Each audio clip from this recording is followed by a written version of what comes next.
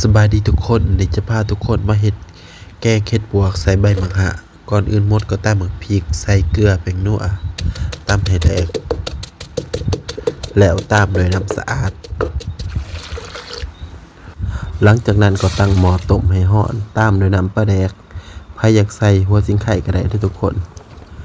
เมื่อน้ำฟดแล้วตามด้วยเห็ดปวกที่เฮาล้างไว้เรียบร้อยแล้วและต้มต่อไปประมาณ50นาทีหรือจนกว่าเห็ดเฮาจะสุกเมื่อเห็ดสุกแล้วก็ตำด้วยยอดมะขะเมื่อใส่ยอดมะขะแล้วประมาณ 1-2 นาทีก็ให้ตามด้วยยอดใบผักอีตูเลยเมื่อใส่ผักอีตูลงไปแล้วก็เตรียมปรุงหม้อได้เลยทุกคนและนี่ก็คือหน้าตาของแกงเห็ดปวกใส่ยอดมะขะ